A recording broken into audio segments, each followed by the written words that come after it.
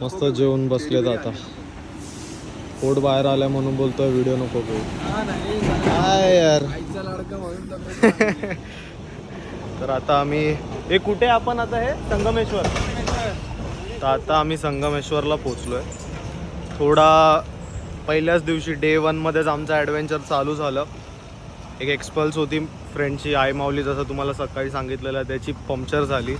आणि प्रॉब्लेम असा झाला की आम्ही तेव्हा 10 ते 15 किलोमीटर पुढे होतो आणि तो 10-15 किलोमीटर आमच्या मागे होता. आम्हाला माहितीसुद्धा नव्हतं आणि त्याची गाडी तिथे मागे पंक्चर झाली.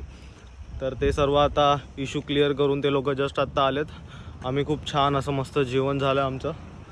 आणि आता परत अजून एक 3 ते 4 तासांचा प्रवास बाकी आहे. अजून 4 नाही बोलू शकत, 2.5-3 तासचा प्रवास बाकी आहे. कोलतेच्या घरामध्ये जाऊन झोपायचं आहे फक्त. आता थकायला झालं आहे, भरपूर रोड खराब आहेत. एक हॉटेल आहे, खूप मस्त हॉटेल आहे. छान असे मोदक खाल्ले आम्ही इकडे. आता व्हेज थालीमध्ये वेगवेगळ्या फ्लेवरचे मोदक होते. आणि ही गाडी पंक्चर झाली. आणि ही पंक्चर पण झाली ते त्याच्या मागे पण एक स्टोरी आहे. ते माऊलीने आम्हाला येऊन सांगितली, ते पण मी सांगेल. काहीतरी त्याला कोणतरी रस्त्यात एक माणूस भेटला, त्याला विचारत होता तू काम काय करतो, हे ते असं तसं काय 1, 2, 3, 4 प्रश्न विचारली त्याला.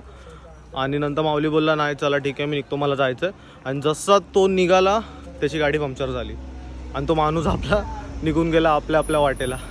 तर काय माहिती, हे लोकांचं माहिती आहे ना, कोकणात आले की काय ना काय ट्विस्ट आणि प्लॉट्स टाकतात, क्लायमॅक्स टाकतात, काय ना काय. तर आता काय माहिती, काहीतरी बोलत आहेत की बाय काहीतरी होतं म्हणून गाडी पंक्चर झाली. आणि गाडीमध्ये पण पंक्चर पण कशी झाली की गाडीमध्ये काही असं घुसलं नाही, असं काही दिसलं नाही की काय खिळा वगैरे किंवा काय घुसलं आणि पंक्चर झाली. काढला जेव्हा जाऊन टायर पंक्चरवाल्याकडे जाऊन टायर काढला तेव्हा समजलं की फक्त मोठा असा फाटला होता त्याची आतनं ट्यूब. पण काय असं पंक्चरमध्ये काय असं घुसलं होतं टायरमध्ये असं काय सापडलं नाही.